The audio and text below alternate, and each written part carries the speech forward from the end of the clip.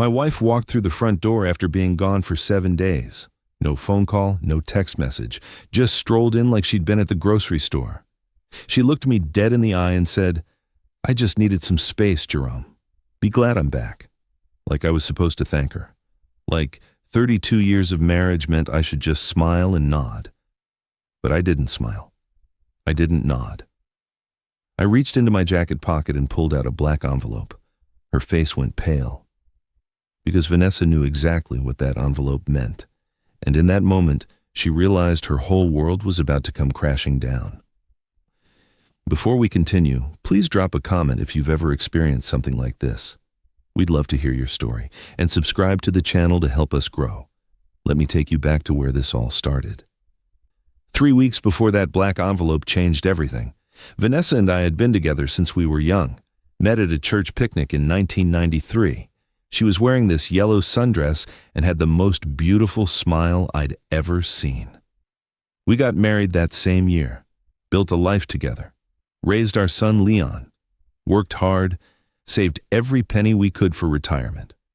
I put in 35 years at the post office. She worked as an office manager for a medical supply company.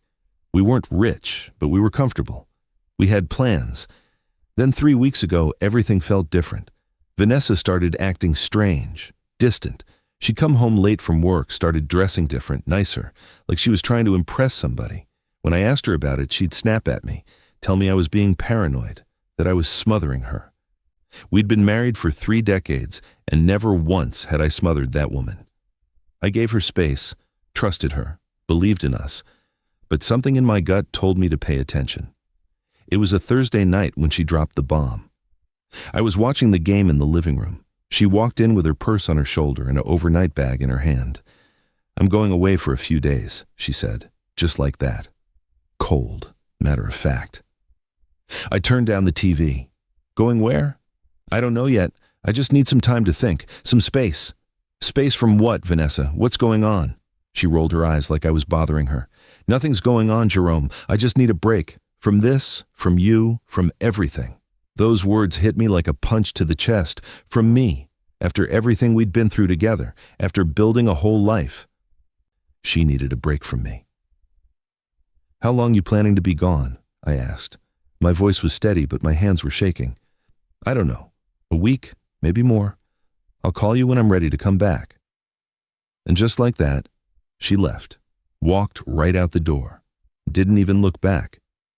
I sat there in that living room for 2 hours, couldn't move, couldn't think straight. My phone rang around 10 o'clock. It was my friend Charlene. "Jerome, you okay? You sound off." I told her everything. Charlene had been my friend since high school. She knew me, knew Vanessa, knew our marriage. "Something ain't right," Charlene said. "Vanessa don't just up and leave like that. Not after 32 years. You need to find out what's really going on." She said she needs space. Maybe I should just give it to her. "Space?" Charlene sucked her teeth. "Negro, please. That woman is up to something. And you need to know what it is before you end up looking like a fool." Charlene gave me the number for a private investigator, Curtis Freeman. She said he was good, discreet, got results. I called Curtis the next morning. We met at a coffee shop downtown. Curtis was younger than I expected, maybe late 40s, sharp dresser, professional. He ordered a black coffee and pulled out a notepad. "Tell me what's going on, Mr. Mitchell." I explained everything, Vanessa's behavior, her sudden need for space, the way she'd been acting for months. Curtis nodded, took notes, didn't judge, just listened. "I can help you," he said, "but I need to be straight with you. Sometimes what I find isn't what people want to hear. You prepared for that?" I thought about it, really thought about it. Did I want to know the truth, even if it hurt? "Yeah," I said, "or I'm prepared." Curtis got to work that same day. The first update came 3 days later. Curtis called me around noon. "Mr. Mitchell, I've got some preliminary information. Your wife checked into the Marriott downtown, room 847. She's not alone." My heart dropped into my stomach. "Who's with her?" "A man, name's Gregory Hayes, works in pharmaceutical sales, drives a BMW, 58 years old, married with 2 kids. I couldn't breathe, couldn't speak. All I could do was listen. "I've got photos," Curtis continued, time-stamped. Dates back about 6 months based on credit card records I was able to access. "This isn't new, Mr. Mitchell. This has been going on for a while." 6 months, half a year, while I was going to work every day, coming home, cooking dinner, watching TV with her, making plans for our retirement. She was with him. "There's more," Curtis said. His voice got quieter, more serious. "I found some financial irregularities, large withdrawals from your joint savings account, transfers to accounts I'm still tracing. We're talking significant amounts of money, Mr. Mitchell, tens of thousands." That's when everything went dark. The affair was one thing, but our money, our retirement, everything we'd worked for? "How much?" I asked. "So far, I've traced about $73,000, but I'm not done yet. There might be more." I hung up the phone and sat down on the couch. My hands were shaking. My chest felt tight. 32 years, 3 decades of my life. And this is what it came to. But that wasn't even the worst part. Curtis called again 2 days later. His voice was different this time, urgent. "Mr. Mitchell, you need to hear this. I got access to some text messages between your wife and Gregory Hayes, the things they're saying about you." He paused. "They're planning something. After you retire next year, they want to drain the rest of your accounts and disappear together. She's been setting this up for months. The money she's already taken? That's just the beginning." I felt something break inside me. Not sadness, not hurt. Something else. Something cold and clear. Rage, but not the hot kind. The calculated kind. The kind that thinks, plans, prepares. "Keep digging," I told Curtis. "I want everything. Every text, every photo, every transaction, every lie. I want it all documented, dated, printed, legal." "You got it, Mr. Mitchell." "What are you planning to do?" "I'm planning to protect myself and make sure she doesn't get away with this." Over the next 4 days, Curtis worked like a machine. He got me everything. Bank statements showing the transfers, photos of Vanessa and Gregory at restaurants, hotels, and his BMW.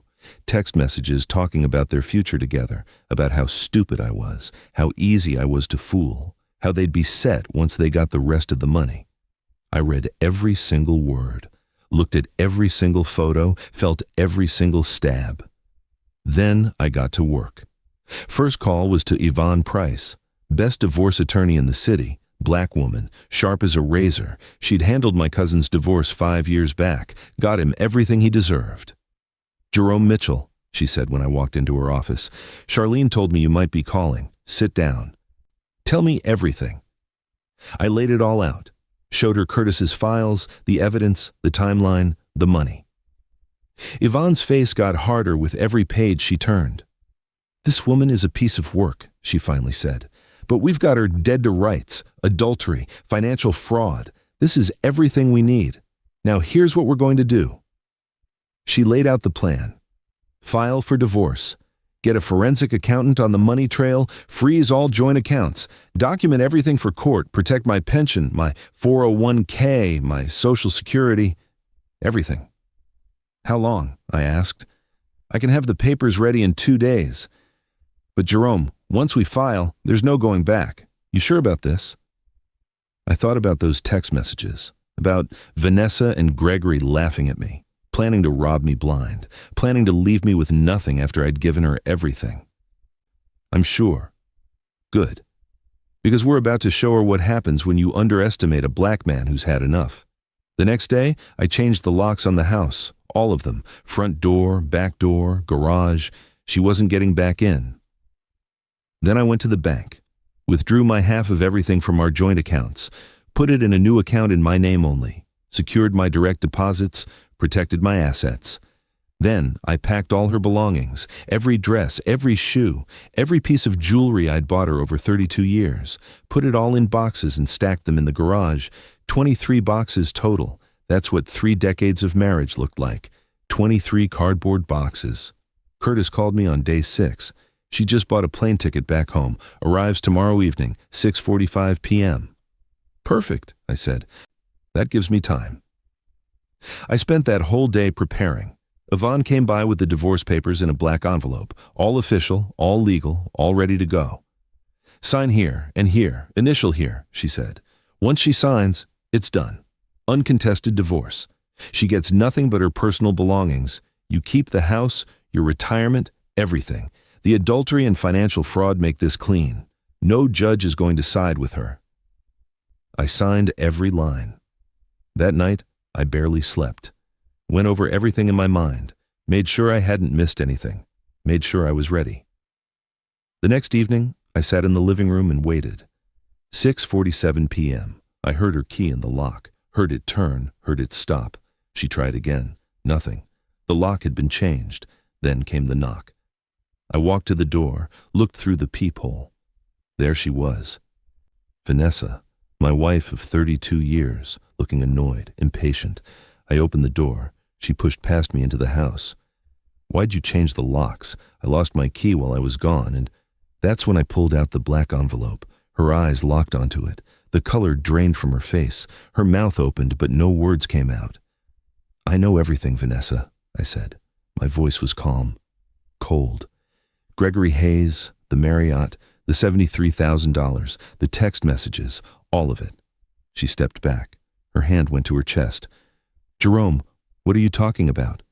Vanessa's voice cracked. Her hands were shaking. "What envelope? What is this?" I didn't answer. Just watched her. Watched her try to put on that same face she'd been wearing for 6 months. That innocent face. That confused face. The face that said I was crazy. Paranoid. Making things up, but I wasn't crazy anymore. I had proof. "You going to stand there and lie to me?" I asked. "After everything? You really going to look me in my face and lie?" She switched tactics. Her eyes got soft, tearful. She reached for my hand. "Baby, I don't know what you think you found, but..." I pulled my hand away. Don't you dare call me baby. Don't touch me. Don't lie to me anymore." Her face changed then.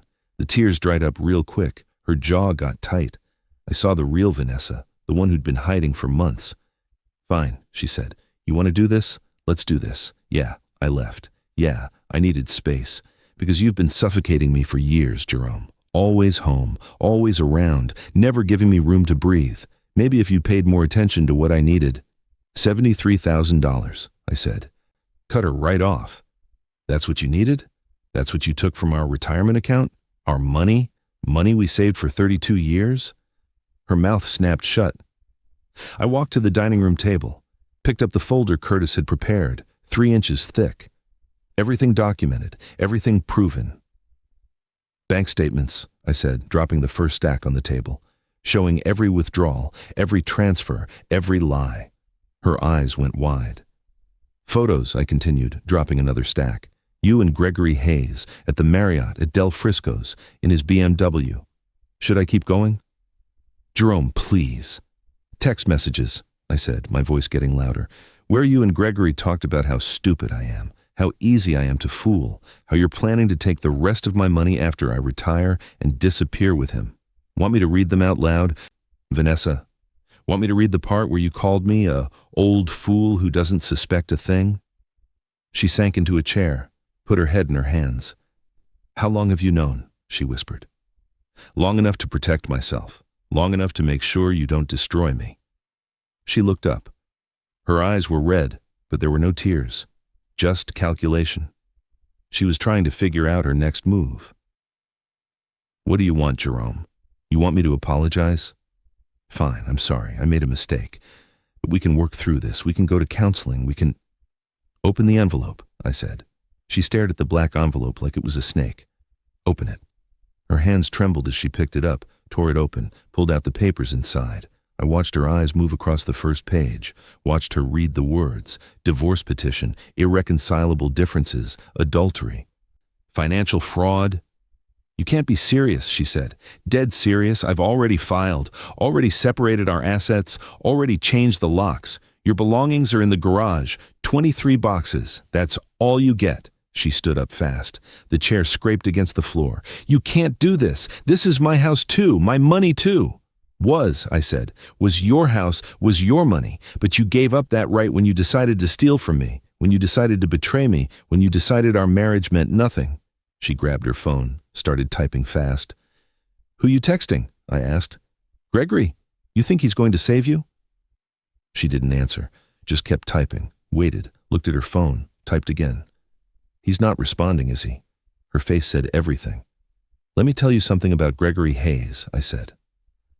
Curtis did a deep dive on your boyfriend. He's not who you think he is. You don't know anything about him. I know he's $40,000 in debt. I know his wife is a lawyer. I know he's been running this same scam for years. Different women, different cities, gets them to give him money, promises them a future, then disappears when things get complicated. You're just the latest one, Vanessa. That's not true. Gregory loves me. I almost felt sorry for her. Almost. Call him then, I said. Call him right now. Tell him what's happening. Tell him you need him. See what he says. She pressed the phone to her ear. I could hear it ringing. Once, twice, 3 times, voicemail. She tried again. Same thing. He's probably busy, she said, but her voice wasn't convinced. He's probably blocking your calls, I said. Because Curtis called him this morning. Told him we had everything documented. Told him we were filing for divorce. Told him that Vanessa Mitchell wasn't going to have access to Jerome Mitchell's money anymore. Want to know what Gregory said? She looked at me. Her whole body was tense. He said, and I quote, I don't know what you're talking about. I don't know any Vanessa Mitchell. Then he hung up. The phone slipped from her hand, clattered on the hardwood floor. No, she whispered. No, that's not. He wouldn't. He already did. You were just a bank account to him, Vanessa, just like you turned me into one. Difference is, I actually loved you. He never did. She started crying then. Real tears this time, her whole body shook, but I didn't move, didn't comfort her, didn't do anything, because this wasn't my wife crying. This was a stranger, someone I didn't know, someone I'd been married to for 32 years, but never really knew at all. I need to go, she said suddenly, stood up, wiped her face. I need to talk to Gregory, face to face. This is just a misunderstanding. He loves me. I know he does. You're not hearing me, Vanessa. He's gone. He used you. It's over. No, she screamed it. You're lying. You're just trying to turn me against him because you're jealous, because you can't handle that I found someone better than you. I took a deep breath. Let it out slow. The divorce papers are on the table, I said. You can sign them now and make this easy. Or you can fight it and I'll drag every dirty detail into court, every affair, every dollar, every lie. Your choice. She grabbed her purse, headed for the door. I'm going to Gregory's house. We'll figure this out. You'll see. You'll see you're wrong about him. Vanessa, we'll get the money back. We'll pay you back every penny. Then you can take your divorce papers and his address is 4725 Oakmont Drive, I said. Silver BMW in the driveway, white colonial house. Wife's name is Patricia. She'll probably answer the door. Vanessa froze, her hand on the doorknob. How do you... I know everything, Vanessa. I told you that. Curtis Freeman is very thorough. She yanked the door open and ran. I watched through the window as she got in her car, watched her pull out of the driveway, watched her disappear down the street. Then I called Curtis. She's on her way to Gregory's house, I said. You want me to follow her? No need. Just be ready to document what happens next. You think he's really going to turn her away? I know he is. Men like Gregory Hayes don't stick around when the money runs out. He's probably already blocked her number. Probably already told his wife some story about a crazy woman from work who won't leave him alone. Cold-blooded, Curtis said. No, I said. Just realistic. Vanessa's about to learn a hard lesson about trusting the wrong people. I sat down on the couch. The same couch where Vanessa had told me she needed space. The same couch where we'd watched TV together for decades. The same couch where I'd read those text messages about how stupid I was. My phone rang an hour later. It was Charlene. How'd it go? She asked. About like we expected. She denied everything, then tried to blame me. Then ran to Gregory. And she's about to find out Gregory Hayes doesn't want anything to do with her now that the money's gone. Charlene was quiet for a moment. You okay, Jerome? I mean, really okay? I thought about it. Thought about how I felt. Yeah, I said. I think I am. For the first time in months, I actually feel okay. Good. Because you deserve better than what she did to you. 32 years, all those memories, and she just threw it away like it was nothing. It wasn't nothing to me, I said. But it was to her. And that's what I have to accept. We talked for a few more minutes, then I hung up and turned on the TV. Tried to watch the game, but I couldn't focus. All I could think about was Vanessa, standing on Gregory's doorstep, knocking on the door, waiting. What would she say when he didn't answer? When his wife told her to leave? When she realized everything I'd said was true? My phone buzzed around 9 o'clock. A text message from a number I didn't recognize. I opened it. It was a photo. Vanessa's car parked outside Gregory's house. Vanessa standing on the porch. A woman, must have been Patricia, pointing at her, telling her to leave. And in the window, barely visible, Gregory Hayes, watching, doing nothing. Below the photo, Curtis had written, "She sat in her car for 20 minutes, then drove away. Heading back towards your neighborhood now." I didn't respond. Just set the phone down. 20 minutes later, I heard a car pull into the driveway. A car door slam. Footsteps on the walkway, then pounding on the front door. "Jerome, open this door! Jerome!" I didn't move. "I know you're in there. Open the door! Please! We need to talk." Her voice was desperate now, broken. "Jerome, please, I'm sorry. You were right about everything. Gregory won't talk to me. He told his wife I was stalking him. He said he never loved me. He said..." Her voice cracked, dissolved into sobs. "Please, baby, please let me in. I made a mistake, a terrible mistake, but we can fix this. We can work through this. 32 years, Jerome. That has to mean something. Please." I sat there on the couch, listening to her cry, listening to her beg, and I felt nothing. Not anger, not sadness, not satisfaction. Just nothing.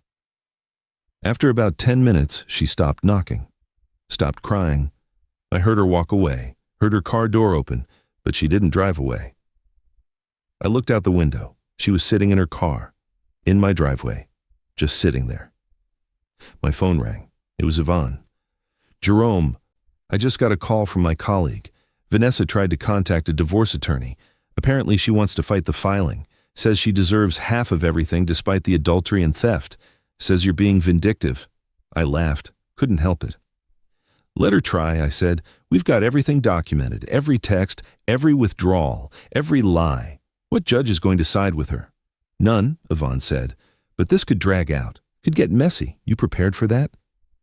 I looked out the window again, at Vanessa sitting in her car, at the woman who'd shared my life for 3 decades, the woman who'd betrayed me, used me, planned to destroy me.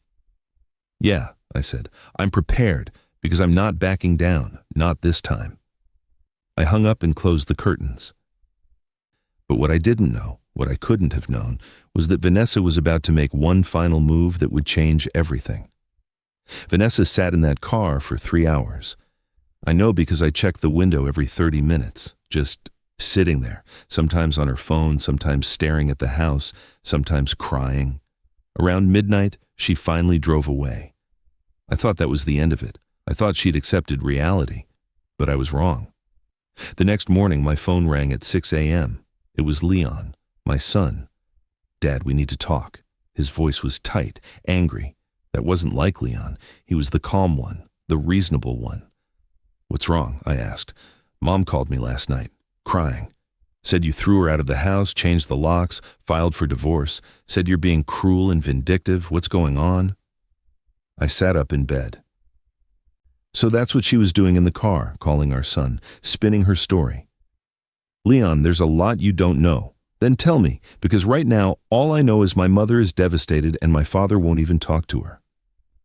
I took a deep breath, started from the beginning, told him everything, the affair, the money, the text messages, Gregory Hayes, all of it. Leon was quiet for a long time. "You still there?" I asked.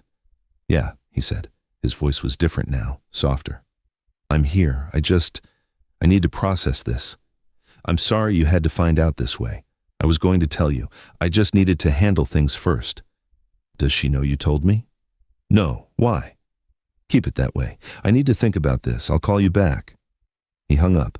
I sat there holding the phone, wondering what Vanessa had told him, wondering if he believed me, wondering if I was about to lose my son too. But I didn't have time to worry about it, because at 8 a.m., Yvonne called. "Jerome, we have a problem. Vanessa hired Marcus Chen, big-time divorce attorney, very expensive, very aggressive. He's filed a counter-petition claiming you're hiding assets. Says the affair never happened and you fabricated evidence. Says you're trying to steal her share of the marital property. That's insane. We have proof of everything. I know, but Marcus Chen doesn't care about truth. He cares about winning. This is going to get ugly and expensive. How expensive? Could be 20-30,000 in legal fees if this goes to trial. Maybe more. I felt my chest tighten. I don't have that kind of money lying around. I know, but we can't back down now. If we settle, she gets half of everything, including the money she stole. Is that what you want? No, I said. Absolutely not. We fight. Okay, then we fight. But Jerome, you need to prepare yourself. This could take months, maybe a year, and it's going to be brutal. She was right. Over the next 3 weeks, it got brutal. Marcus Chen filed motion after motion, demanded financial records going back 20 years, demanded character witnesses, demanded depositions, demanded everything he could think of to drag this out and drain my resources. Vanessa played her part perfectly. She went to our church and cried to everyone who would listen, told them I was being cruel, that I wouldn't even let her explain, that I was stealing her future. Half the congregation started looking at me sideways, people I'd known for decades, people who'd been at our wedding. Some of them believed her. Some of them didn't. But it didn't matter. The damage was done. Our private business was now public gossip. Charlene stood by me. So did a few others who knew me well enough to know I wouldn't lie, but it hurt, watching people choose sides, watching our life get picked apart in public. The worst part was Leon. He stopped calling, stopped answering my texts. I didn't know if Vanessa had gotten to him or if he was just trying to stay neutral. Either way, it felt like I was losing my son. Then came the deposition. I had to sit in a conference room with Vanessa, Marcus Chen, Yvonne, and a court reporter. Had to answer questions for 4 hours. Had to sit 3 feet away from Vanessa and stay calm while Marcus Chen tried to paint me as a controlling, paranoid husband who drove his wife away. Isn't it true, Mr. Mitchell, that you tracked your wife's phone without her permission? I hired a private investigator. That's legal. Isn't it true that you changed the locks while she was away, effectively locking her out of her own home? After I discovered she'd stolen $73,000 from our retirement account, yes. Allegedly stolen. You have no proof that Mrs. Mitchell intended to keep that money for herself. Yvonne jumped in. We have bank records, text messages, photos, everything is documented. Marcus Chen smiled. Alleged text messages, alleged photos. We'll see what the judge thinks.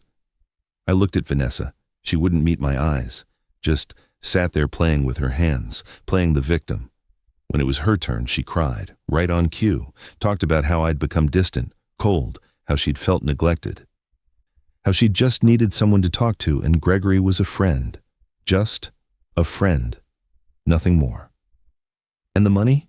Marcus Chen asked her gently. I was saving it, she said through tears. For us, for our future.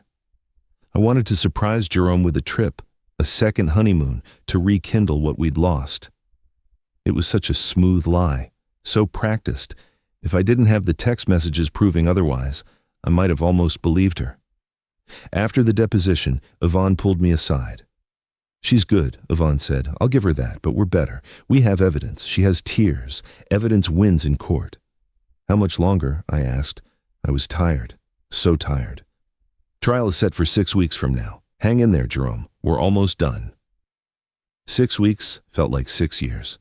I went to work, came home, ate alone, slept alone, avoided church, avoided people. Just existed. Then, 4 weeks before trial, something changed. I got a call from Curtis Freeman. Mr. Mitchell, you need to see this. Can you meet me? What is it? Not over the phone. Meet me at the coffee shop in an hour. I met him. Curtis looked excited, nervous. He pulled out his laptop and turned it toward me. I've been monitoring Gregory Hayes like you asked, just keeping tabs, making sure he doesn't try to contact Vanessa or interfere with the case. And I found something. Gregory's in trouble, big trouble. The pharmaceutical company he works for is investigating him for embezzlement. Turns out he's been running this scam for years. Different women, different cities. Gets them to invest in fake business opportunities. Pockets the money, moves on. We already knew he was a scam artist. Yeah, but here's the thing. The company's been tracking his finances, and they found the $73,000 from your account. It's sitting in an offshore account in the Cayman Islands. Gregory's name is on it. Vanessa's is too. I stared at the screen, at the account numbers, at the proof. This proves she was in on it, Curtis said. This wasn't just an affair. This was a planned theft, conspiracy, fraud. This changes everything.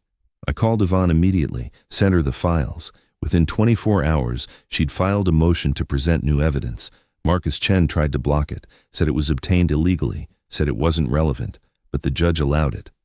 Because it was relevant. Very relevant. The trial date got moved up, 2 weeks instead of 6, and that's when Vanessa finally broke.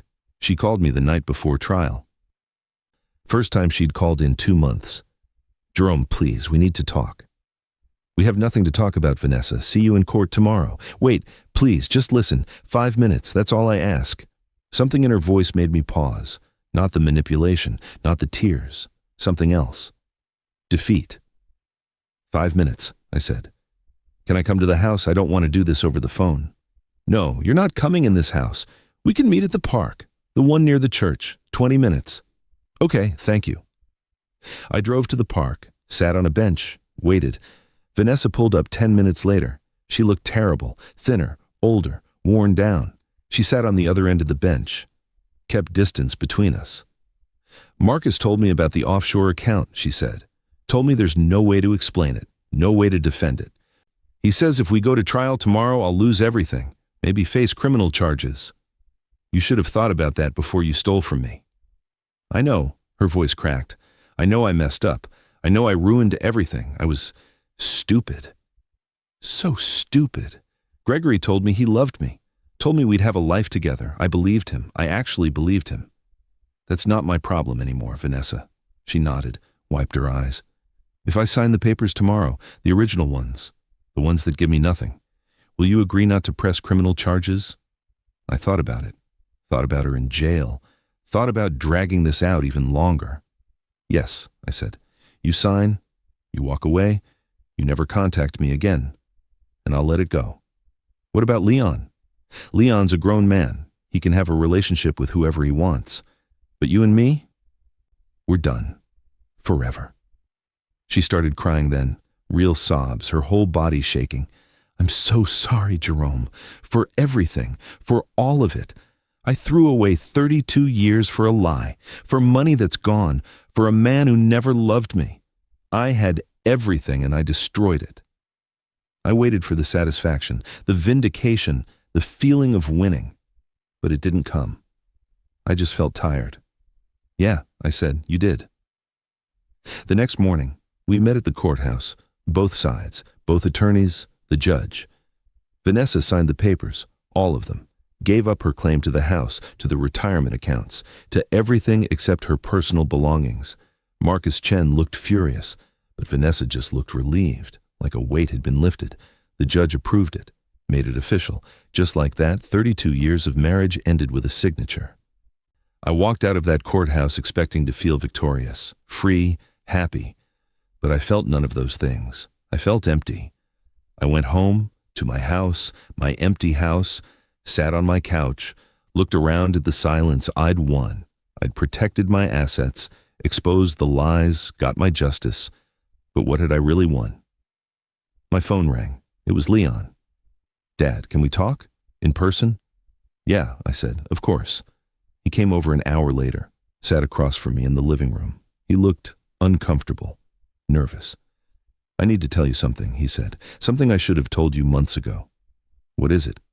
I knew about the affair. I've known for almost a year. The words hit me like a truck. What? I saw them together, Mom and Gregory, at a restaurant downtown. I confronted her. She cried, begged me not to tell you, said she'd end it, said it was a mistake. I believed her. I thought she'd stop. I thought... He put his head in his hands. I should have told you, but she's my mom. I didn't know what to do. I sat there, processing. My son had known, had carried that secret, had protected Vanessa instead of telling me. Why are you telling me now? I asked. Because I was wrong. I should have told you the truth from the beginning. Instead, I let you find out the hard way. Let you go through all this pain. I'm sorry, Dad. I'm so sorry. I wanted to be angry, wanted to yell, wanted to ask why he'd chosen her over me. But looking at him, I saw a kid who'd been put in an impossible position, a kid who'd tried to keep his family together and failed. I forgive you, I said. He looked up, eyes red. You do? Yeah, you were trying to protect everyone. That's not your job. But I understand why you did it. We sat in silence for a while. The way you handled this, Leon finally said. The investigation, the locks, the divorce. It was smart, strategic. You protected yourself.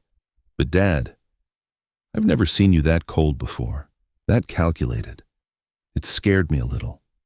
His words cut deep, because he was right. In protecting myself, I'd become someone else, someone harder, someone who could watch his wife of 32 years beg on his doorstep and feel nothing, someone who could sit in a courtroom and watch her sign away her life without flinching. I'd won, but I'd lost something too. Some part of myself I'd never get back. I don't know who I am anymore, I admitted. I thought winning would make me feel better, but it just made me feel empty. Leon moved to sit next to me, put his hand on my shoulder. You're still my dad, he said. You're still a good man. You just did what you had to do to survive. That doesn't make you cold. It makes you strong. Maybe he was right. Maybe I was still the same person, just changed by circumstances. Or maybe I'd become someone new, someone who'd learned that trust is fragile, that love can be a weapon, that sometimes the only person you can count on is yourself. 3 months later, I was sitting on my back porch watching the sunset. The divorce was final. The house was quiet. My retirement accounts were secure. Charlene stopped by with dinner. She'd been doing that a lot lately, making sure I ate, making sure I wasn't alone too much. You doing okay? She asked, setting a plate of fried chicken and mac and cheese in front of me. Yeah, I said, and I meant it. I actually am. Good. Because you deserve to be okay, Jerome, after everything. We ate in comfortable silence. When she left, I stayed on the porch, watched the sky turn orange, then purple, then black. I thought about Vanessa, wondered where she was, what she was doing, if she regretted it all. Then I stopped wondering, because it didn't matter anymore. She was my past, and I was finally ready to focus on my future. My phone buzzed, a text from Leon. Dinner this Sunday, my place? Want you to meet someone? I smiled, typed back, I'll be there. I'd lost a wife, lost 32 years, lost a part of myself I'd never get back, but I'd gained something too, my dignity, my self-respect, my future. And in the quiet of my empty house, I realized something. I wasn't alone because I'd lost someone. I was alone because I'd chosen to stand up for myself. To refuse to be used, to refuse to be a fool. That wasn't loneliness. That was freedom. And for the first time in a long time, I felt at peace. Thanks for listening to this story. If it touched your heart, please leave a like and subscribe. Have you experienced something similar? Share your story in the comments below.